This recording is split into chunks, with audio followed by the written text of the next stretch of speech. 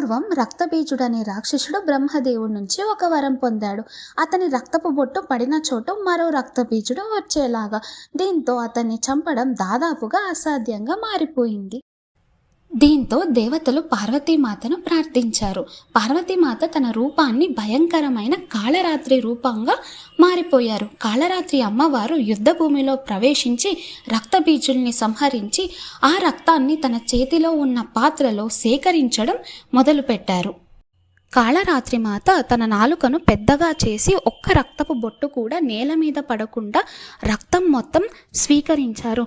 తర్వాత రక్తబీజుడిని సంహరించి లోకాలకన్నిటినీ శాంతిని చేకూర్చారు. కాళరాత్రి మాత కథ మనకు ఏం తెలియజేస్తుందంటే, రక్తబీజుడిని చంపడం దాదాపుగా అసాధ్యం. అయినా కాళరాత్రి మాత ఒక ఉపాయాన్ని కనుక్కొని రక్తబీజుడిని సంహరించి లోకాలకు శాంతి చేకూర్చారు. మన లక్ష్యం ఎంత కష్టమైనప్పటికీ మన సంకల్పం, పట్టుదల, ఆలోచన విధానంతో ఎంతటి అసాధ్యమైన సాధ్యం చేసుకోవచ్చు. కాళరాత్రి మాత ఆశీస్సులు మన అందరి మీద ఉండాలని కోరుకుంటూ, జై మా కాళరాత్రి.